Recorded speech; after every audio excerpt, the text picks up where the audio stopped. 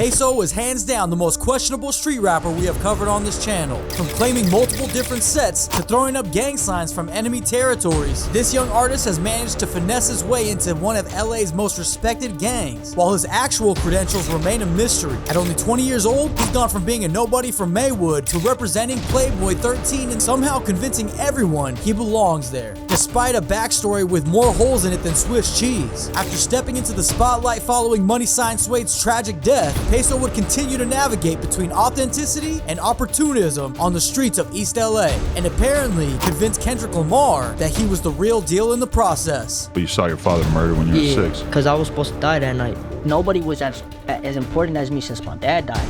Yeah. Suede was like that shit fucked me up, bro. Dude, I overdosed 7 times after that, bro. It was horrible. Peysoh back in business, look, move it up. Hey, look, yeah, Midwest over there. How do you feel about hood hoppers?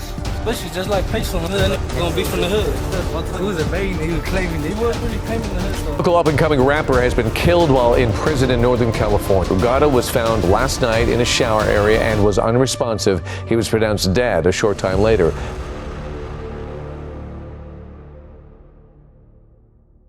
Peysoh would be born and raised in Maywood, California, growing up around 56th and Fishburne area. This location would become crucial to understanding his confusing gang affiliations. Peysoh claims to represent Playboy 13, specifically the East Side faction in the Low Bottoms area of South Central. However, his origins tell a different story. The 56th Street he originally claimed in Maywood is not PBS territory. It's a completely different area altogether. Now, this story gets complicated with multiple 56 streets, so I'll break it down as clearly as possible, and don't forget to like the video. Our story really begins in 2020, around 2021, when we first see Peysoh appearing in music videos with Money Sign Suede. During this early period, something very problematic emerges. Clear footage of Peysoh throwing up F for Florencia 13. Now, this isn't just some casual hand gesture or accident. Florencia 13 and Playboy 13 are bitter enemies, especially in the South Park area where PBS operates. For someone who claims PBS as his set, this association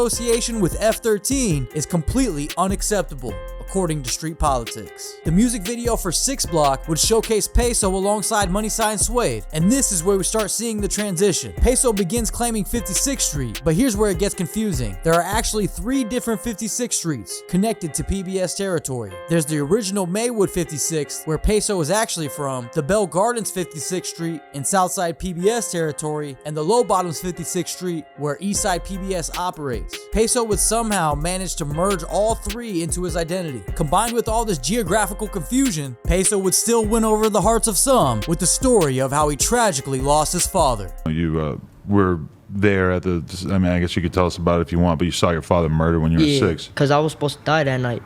But they were supposed to kill you too. Yeah, I was and you were supposed to die 6. that night. I was 6, yep.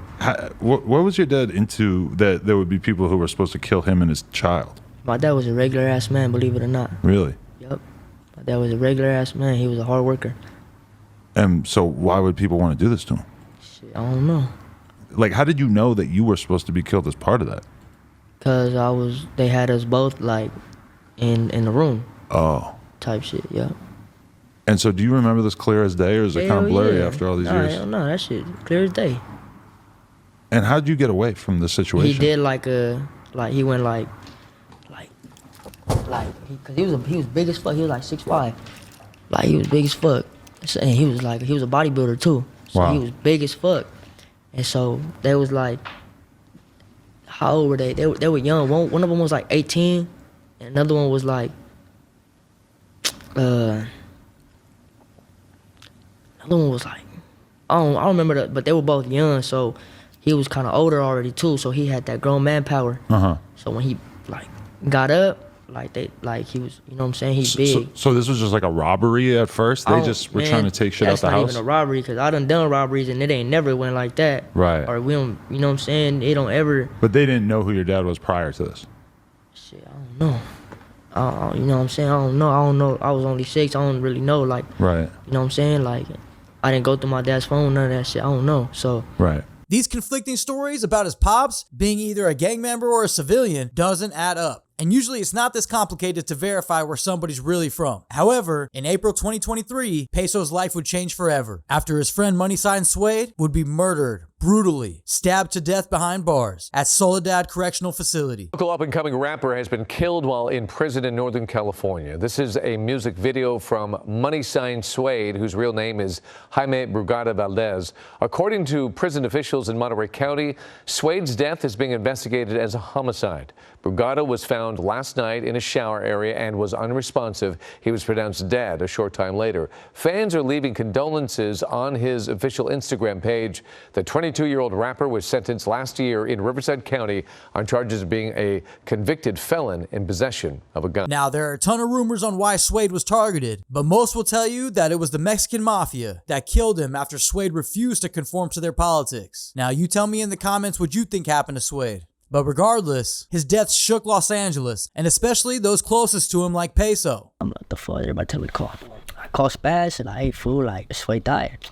The fuck you mean Suede died? Fool was busted. Like, did he get out and not tell nobody? He's like, nah, fool died in prison. So I'm like, man, like, it's fucked up. The reason I say it's fucked up, because when you're in a place like that, bro, it's like, you're at your lowest, fool. Being locked away, bro, you're at your low. You could tell. Look at his mugshot, fool. He don't look like that on the out. Glowing, you feel me? Well, he was looking like he was going through it, bro. And imagine dying like that.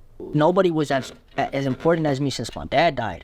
Yeah. Suede was like that shit fucked me up, bro. Dude, I overdosed 7 times after that. Bro, it was horrible. Man, I broke down. Fool, and I didn't even cry at my dad's funeral, fool. Like, bro, I shed tears, bro. Like, even the staff were like, damn, this was going through it. I got all these people trying to book me for shows and all this shit, and I just can't, fool. Bro, every show I did was with Suede. We always shared a set, fool. Like, that's so weird to me. Like, how could I live a dream without him? He started it. This was his view. I thought I was gonna be lifer or dead, like, at 18. Peysoh would then step into the spotlight and fully embrace his PBS identity. He would start claiming that before 56th Street became a PBS clique. It was called 56th Street Locos, and that his generation brought it back to life. This generation conveniently explains his transition from Maywood to the Low Bottoms, but many people question whether this story holds water. However, soon, his rise would create internal problems when established PBS members like Rich Rabbit and Mr. Keep It Hood began having issues. Both of these artists have been representing Eastside PBS for years, way before Peysoh arrived on the scene. Rich Rabbit, who's been grinding in the hood long before Peysoh's fame, would eventually drop a track titled The Hardest Black Essay and film the video at No Jumper, seemingly going against what Peysoh and Keep It Hood had been saying about boycotting that platform. The beef between Rich Rabbit and other PBS members would escalate when Rich Rabbit claimed that other homies in his hood were now treating him like the op. In his lyrics, he makes it clear that while he still respects Peysoh, he has problems with everyone else from Playboy. This internal division raises questions about whether Peysoh's presence is actually causing friction between members who were solid before his arrival. Following this internal drama, things would get even more complicated when we see Peysoh making connections throughout LA that seem to stretch beyond typical PBS politics. He's been spotted with Hoovers, Crips, and other sets that traditionally wouldn't mix. Hell yeah, they all on my shit. Yeah, no. Peysoh back in business up. Move it up. Hey, look. Yeah. Yeah, Midwest over there. Yeah, Midwest over there. My kids in the car. All my kids. All my kids. Yeah. BMS's? Nah, BMS is so crazy. Yeah, over there. Midwest. While PBS does have good relationships with some black gangs in their area, Peysoh seems to be networking on a level that some view potentially problematic for someone whose street credentials are already questionable. However, these contradictions would have come to a head when hood politics started affecting his music career. How do you feel about hood hoppers? Especially just like Peysoh, that nigga gonna be from the hood. He was banging the shit. There, look. Oh, preacher, that throwing up there. He was a banging. He was claiming it. He wasn't really claiming the hood, though. Nigga, on hood. Come on. That got locked up.